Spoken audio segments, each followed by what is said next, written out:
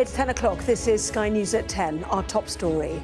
Andrew Mountbatten Windsor is summoned by the US Congress as financial records raise serious questions over his relationship with the paedophile financier Jeffrey Epstein. The Justice Secretary, David Lammy, announces new measures to crack down on mistaken releases from prison as he gets backing tonight from the PM over the fiasco. The parents of the three girls murdered by Axel Rudakabana say his mother and father should be held to account for failing to prevent the Southport attack. 6 arrests amid protests at Aston Villa versus Maccabi Tel Aviv as police revealed to Sky News that away fans were banned due to hooliganism fears. Prince William says he believes the COP30 summit in Brazil can make a difference, despite the world's biggest polluters not taking part. And we'll take a first look at tomorrow's front pages. That's in our press preview from 10:30 right through to midnight.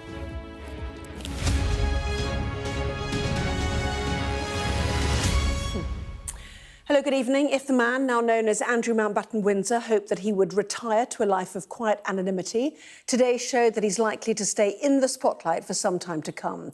First, King Charles formally removed both his Prince title and HRH style. Then it emerged that he's been asked to give an official interview by some members of the US committee looking into the criminal operation of the paedophile Jeffrey Epstein, with whom Andrew was good friends over many years. Well, the letter from the House Oversight Committee said US politicians had identified financial records containing notations such as massage for Andrew that they said raised serious questions. It went on, in addition to Mr. Epstein's crimes, we're investigating any such efforts to silence, intimidate or threaten victims and are interested in any avenues that may further shed light on these activities. Well, in a moment, we'll get reaction from our royal correspondent, Rhiannon Mills. But first, let's go to Washington and our US correspondent, David Blevins. And David, these are the Democrat members of the Oversight Committee seeking clarity, they're saying, on what Andrew knew about the victims of Epstein, any further perpetrators, and indeed what his own involvement might have been.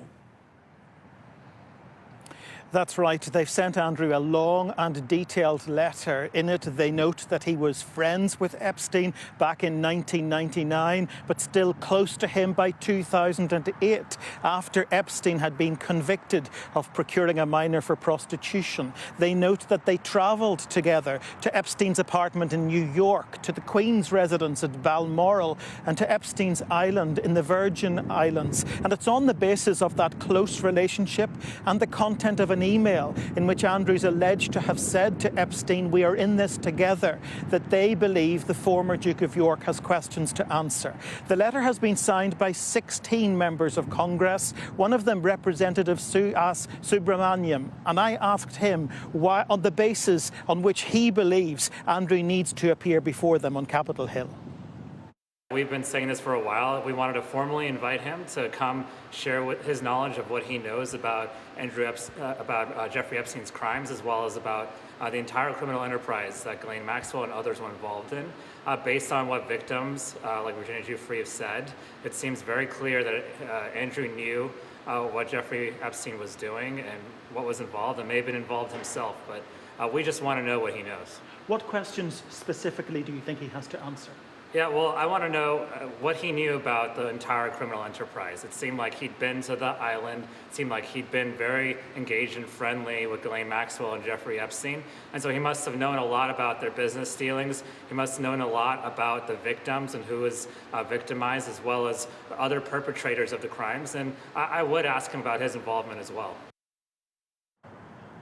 Now, given that this comes from a congressional committee here on Capitol Hill, unsurprisingly, there is some politics at play, because the letter's been signed by 16 Democrats, but there are 47 members of this committee, and some of them are accusing those Democrats of headline grabbing. They say they should be supporting the committee instead to enforce subpoenas against former President Bill Clinton, former Secretary of State Hillary Clinton. But of course, they believe this matter is serious enough, these Democrats, that they are giving Andrew just until November the 20th to respond. Given that other members of the committee said they don't have the authority to issue this letter, the former Duke of York may feel there is no need to do so. David, thank you. Well, let's bring in our royal correspondent, Rhiannon Mills, who is in Rio. And Rhiannon, the Andrew headache for the royal family continues, and no doubt this is difficult timing.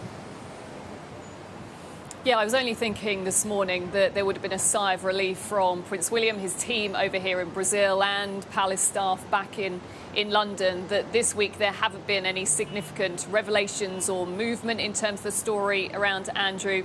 And then literally, as Prince William head to Belém for COP30, the UN climate conference, a big moment for him on the world stage, bang, we had that letter from over in America. Now, the royal family are not naive. They know that there could have potentially been other developments in terms of this story. There are too many loose ends, both over in America, also in the UK as well. It was a week ago, though, that the royal family, the king specifically, took the ultimate action and announced that he was stripping Andrew of his prince title and all of his other honours and styles. And today we saw that kind of rubber stamped with the official signing of the letters patent in order to do away with all of those titles. But now, of course, they have got it still hanging over them in terms of what does Andrew do next. He's been given 2 weeks to decide whether or not to speak to that US Congress committee. You would hope that he is now mulling it over. Yes, whether he avoids it or whether he agrees to it, there will be repercussions. But you would be hoping that he is now thinking not just about himself, but also about the wider royal family, his family members and the monarchy in terms of what he decides to do next. Rhiannon, live for us there in Rio. Thank you. The Justice Secretary has announced new measures tonight to crack down on mistaken releases from prison as the pressure on him grows over the release of a convicted sex offender. David Lammy has defended his performance in the Commons yesterday, saying he hadn't been equipped with all the details when questioned about the error. And this evening, the Prime Minister has backed his deputy, saying he was setting out the facts to the best of his knowledge. Police are still urgently searching for the Algerian national and registered sex offender released in error from Wandsworth Prison last week. Our national correspondent Tom Parmenter has this report. A rare moment at Wandsworth Jail. A prisoner going back inside. Fraudster Billy Smith, who was released by mistake on Monday, handed himself back in to prison staff. One manhunt over, another still ongoing. The Met Police searching for 24-year-old Algerian sex offender Brahim Kadour Sharif, also released in error from HMP Wandsworth. Outside the gates, we met Yunus, who'd just been released himself, having served 5 months inside. Seems there are problems in the system. Yeah, I think there is problem in the system.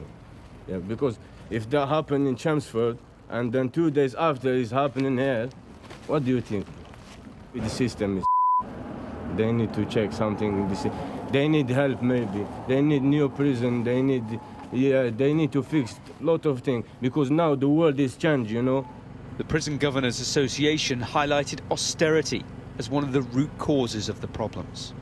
They said that these mistaken releases are all wrapped up in underinvestment, overcrowding and archaic technology. Some prisons are still using fax machines and relying on pen and paper. The Prison Governors Association were clear. They said the conditions just don't exist to reduce the number of these errors to zero. It's why the government ordered an urgent prison governors meeting to clamp down on these mistakes, which are infuriating the public and putting the Justice Secretary under enormous pressure. The rate of release by error is too high. It has to come down. This is a paper-based system that obviously involves human error. We had 800 errors under the last government. This has now gone on for a generation. Our prison system is in crisis. His reputation and that of the government is on the line. Well, let me just say how angry and frustrated I am that these mistakes have been made in releasing people. They're intolerable and they shouldn't be made. A lot of it comes from the burden and the strain on the system because of the failures of the last government. But I recognise it's our job to step up and to fix this, and we will. Labour blame the Conservatives. The Conservatives say this is on Labour's watch. What we have seen now is an explosion in accidental prisoner releases, many of them foreign criminals, many of them sex offenders. This should not be happening. We know that there will always be times when mistakes occur, but the scale at which it is happening is causing real worry. But these are not just mistakes. In the case of the Algerian sex offender who is still on the run, it took 6 days for the prison service to realise he was missing and alert the police. It is incompetence that puts the public at unnecessary risk. Tom Parmenter, Sky News, South West London.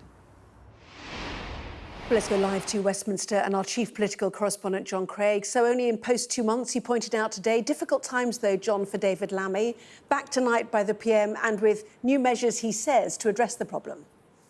Well, he was backed up to a point by the Prime Minister when he was asked about the inconsistencies in what Mr Lammy's been saying over the past 24 hours. He said David Lammy can speak for himself on that, but he did say he was clear that he was setting out the facts to the best of his knowledge, and that was the right thing to do. Now, the Justice Secretary, the embattled Justice Secretary, I suppose we should call him, has announced a number of measures tonight. Following that meeting he had with the governors up at Gartree in Leicestershire, he's announced that he met with 11 governors from prisons across the country. Now, he says that he is announcing to improve old systems, a specialist team of engineers, analysts and designers going to be deployed to roll out cutting-edge technology to more prisons. That will reduce human error, he claims, modernise the archaic processes that have led to mistakes. I'm sending in crack teams to deal with some of the technology issues we've been seeing because of the paper-based system. So that's the latest measures and latest move from Mr Lammy. But there are still questions about the flaws or inconsistencies, contradictions in his story. When he was speaking up at the prison there in Leicestershire, he said, for example, that he only learned about the latest release on Wednesday morning. Well, yesterday we were told he learned on Tuesday. In Prime Minister's questions, he said he'd gone out to buy a new suit on Wednesday morning. Today he was talking about being in the office, being briefed by his officials. He also said, for example, that measures were in the latest release came before he announced the new measures, but in fact they were on October the 27th. The latest release was on October the 29th. So he's still under pressure from political opponents. He's got the backing up to a point from the Prime Minister, but of course there's still a released prisoner on the run. And this problem is still, there's still obviously always the chance there could be more mistaken releases. So Mr Lammy is still in deep trouble, long way getting out of trouble. John, live in Westminster, thank you. The parents of the 3 girls killed by Axel Rudakabana in Southport are calling for his parents to be jailed after his father told the inquiry into the attack that he should have reported his son's purchase of a machete to police. Alphonse Rudakabana said the weapon was delivered in June 2023, a year before his son went on to target 3 little girls at a dance class. Well, the girls' families issued a strongly worded statement at the end of the first phase of the inquiry, saying his parents should be held to account for the action of their son. Our correspondent Katie Barnfield was at the inquiry. Well, there was anger earlier from the families of the 3 little girls who were killed in the Southport attack last year towards their killer, Axel Rudakabana's parents, for what they said were failures to stop him. They were speaking after his parents gave evidence to the attack inquiry, painting a picture of their son as a violent, unpredictable teenager over whom they had completely lost control. The families of the girls said they felt compelled to speak out, accusing them of completely failing as parents and calling their actions disturbing and shameful. Their lawyer told Sky News that they would even like to see his parents go to jail. There needs to be criminal sanctions. There has to be an element of parental responsibility.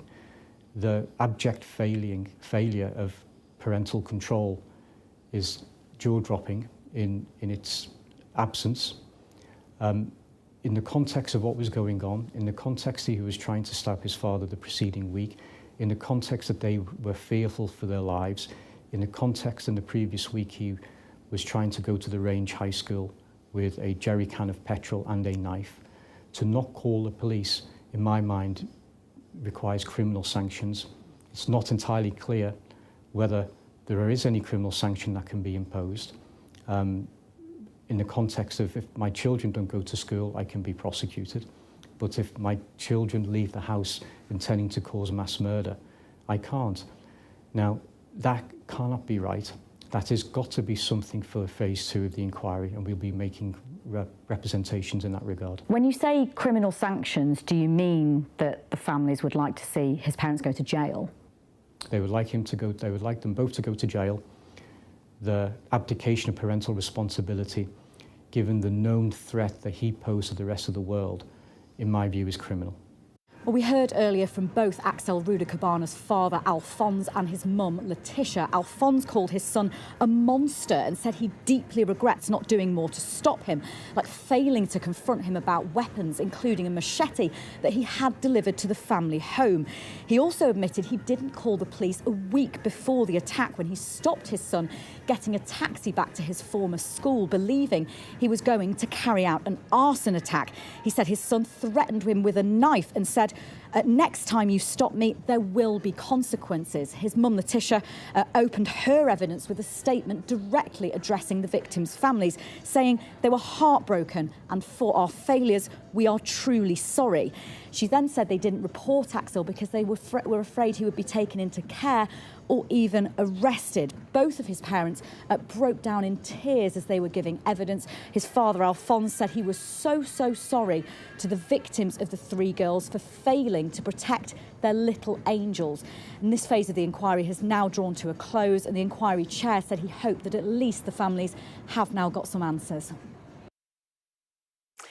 6 people were arrested ahead of tonight's match between Aston Villa and Maccabi Tel Aviv at Villa Park. The lead-up to the Europa League match was dominated by security concerns, leading to a controversial ban on away supporters and large pro-Palestinian protests. Earlier, West Midlands Police revealed to Sky News that they banned the Tel Aviv fans because of significant levels of hooliganism in the fan base. Well, our sports correspondent Rob Harris joins us now from Villa Park, and a controversial build-up, certainly, Rob. What actually happened on the night? Well, a very heated night. Most of the fans now having left Villa Park with this game over, and police will be hoping that this is where the tensions do die down. It was a notable night where they had to deal with scuffles before the match.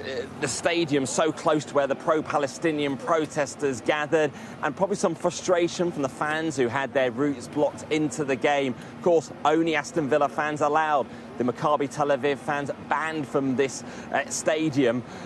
Such a controversial decision to many, particularly to Keir Starmer, who was angered by the decision taken by West Midlands Police and Birmingham City Council's safety group. You perhaps saw here why they did ban the visiting fans. It was problematic enough trying to contain the situation. At half-time, we saw 2 bangers thrown from the pro-Palestinian protest side on a verge right close to the stadium where some Villa fans left their seats and were by railings at half-time. Another moment of unease. But that decision to ban the Maccabi Tel Aviv fans, so controversial. Just this week, MPs on the Home Affairs Select Committee demanding answers from West Midlands Police about how they based their decision. Well, we at Sky News do now have answers.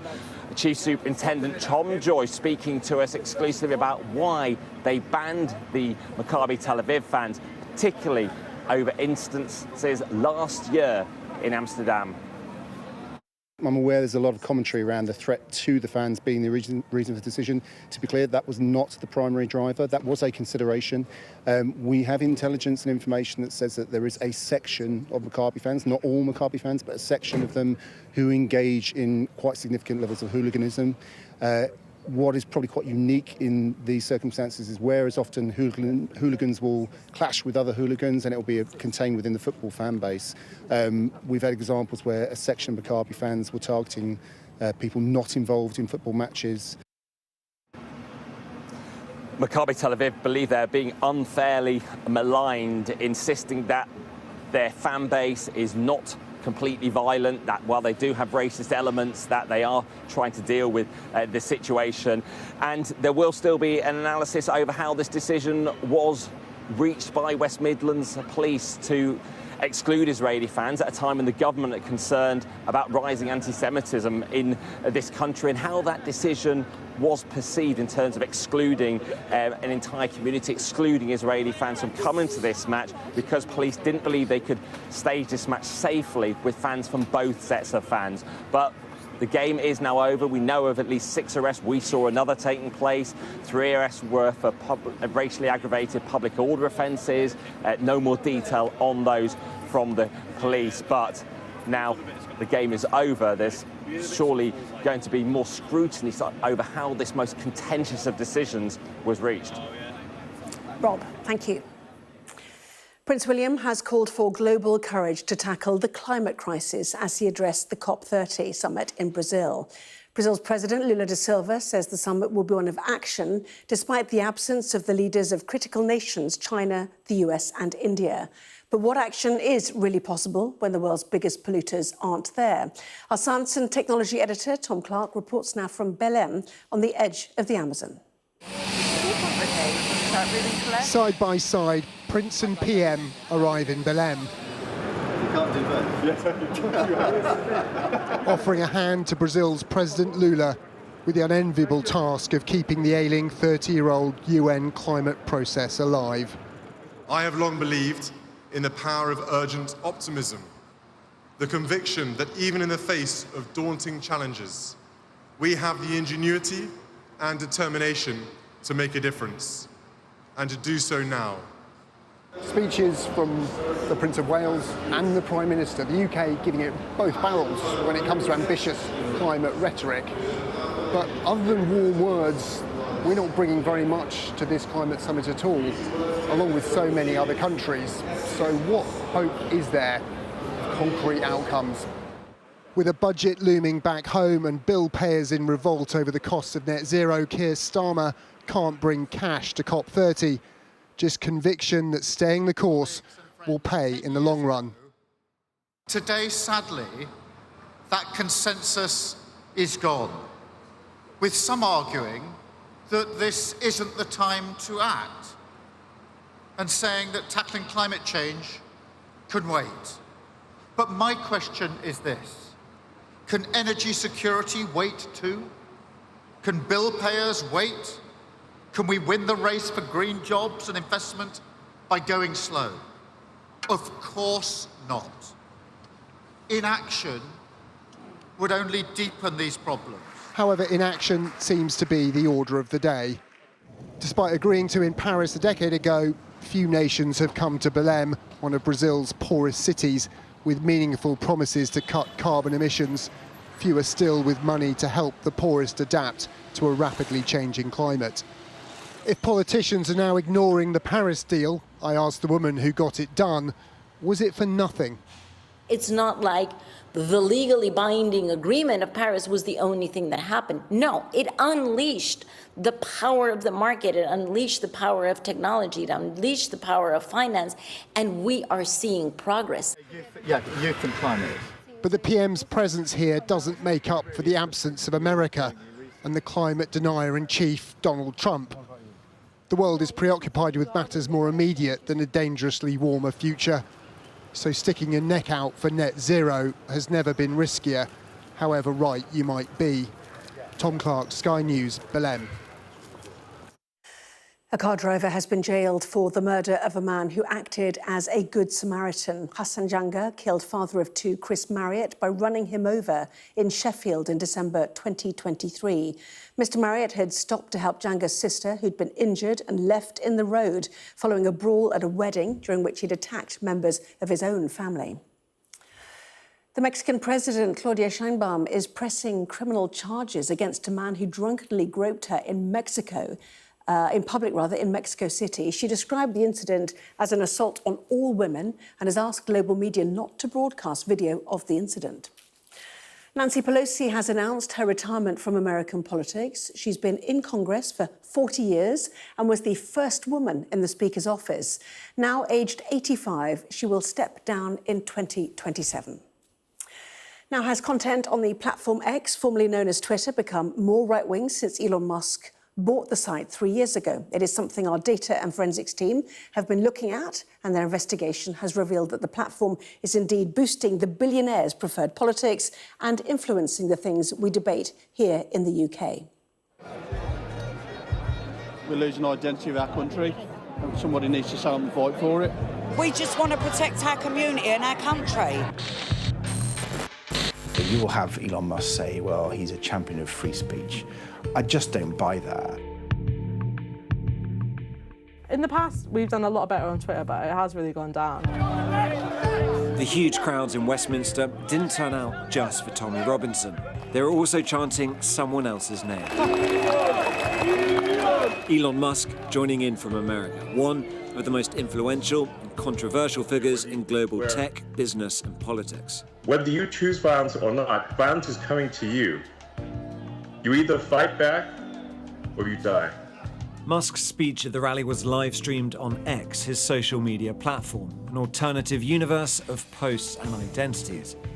A platform he's been using to attack British politicians and to pass judgment on issues affecting the UK, especially immigration and grooming or rape gangs. Those posts have earned hundreds of thousands of likes and interactions.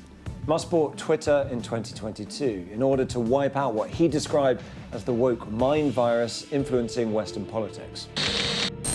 If you open the app on your phone and you immediately see a news agenda, maybe filled with more hate towards certain groups, it's going to have an impact.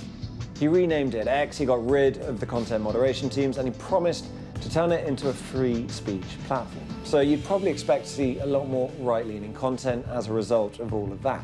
But how do you actually measure that? Well, it's been impossible for a whole host of reasons for a long time. That is, until now.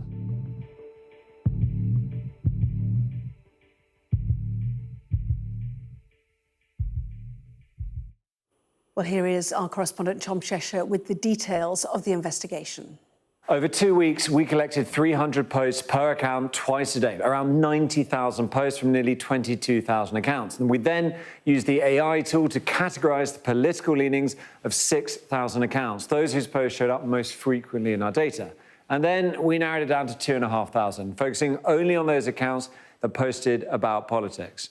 And what we found was that across the board, right-wing content was shown much more often to our X users, regardless of their political leaning. It represented 62% of all content here in peak versus 32% in left. We can break that down a bit further. Now, this bar shows the split of what our left-wing users saw on the platform. Over 40% of that content was right-aligned. They saw almost as much right-wing content as left-wing content over there. But compare that to our right-wing users, and look, they saw much less left-wing content, only a small fraction of their much more right-wing content here in pink. Finally, the neutral users, those we designed not to show any interest in politics. They saw twice as much right-wing content in pink as they did left-wing content in yellow.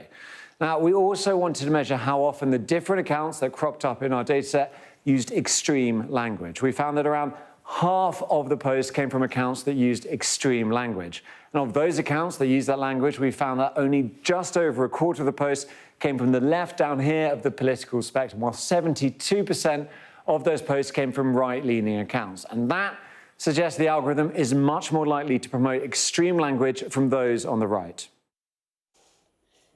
Tom Cheshire there. Well, there's been some good news for Elon Musk in the last few minutes. Already the world's richest man. Tesla shareholders have just agreed a new multi-billion-dollar pay package for their chief executive. Mr. Musk is set to earn $878 billion. That is £670 billion over the next decade if he hits certain targets. Analysts say it will give the go-ahead to Musk's vision for driverless vehicles, robo-taxis, and the company's movement into the AI market. That news just coming through. Now, finally, one of Britain's best-loved actors, Pauline, the star of Shirley Valentine, has died at the age of 85. Her family say she died in her care home in London, surrounded by loved ones, after living with Parkinson's disease for a number of years. One of her first roles was as a maid in Upstairs, Downstairs. She was the star of the one-woman play Shirley Valentine in London and Broadway in the late 80s, before winning a BAFTA and getting an Oscar nomination for the film version in 1989. Why do we get all this life if we don't ever use it? Why do we get all these feelings and dreams and hopes if we don't ever use them.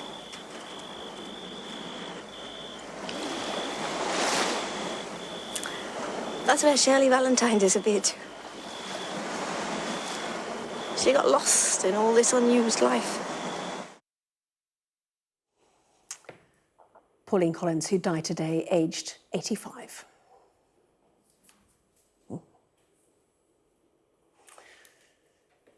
Well, that was Sky News at 10. Coming up, we'll take a first look at tomorrow's newspapers in the press preview. Tonight, we're joined by Conservative Home's Deputy Editor, Henry Hill, and the Labour peer and broadcaster, Baroness Aisha Hazaruka. Lovely to see both of you.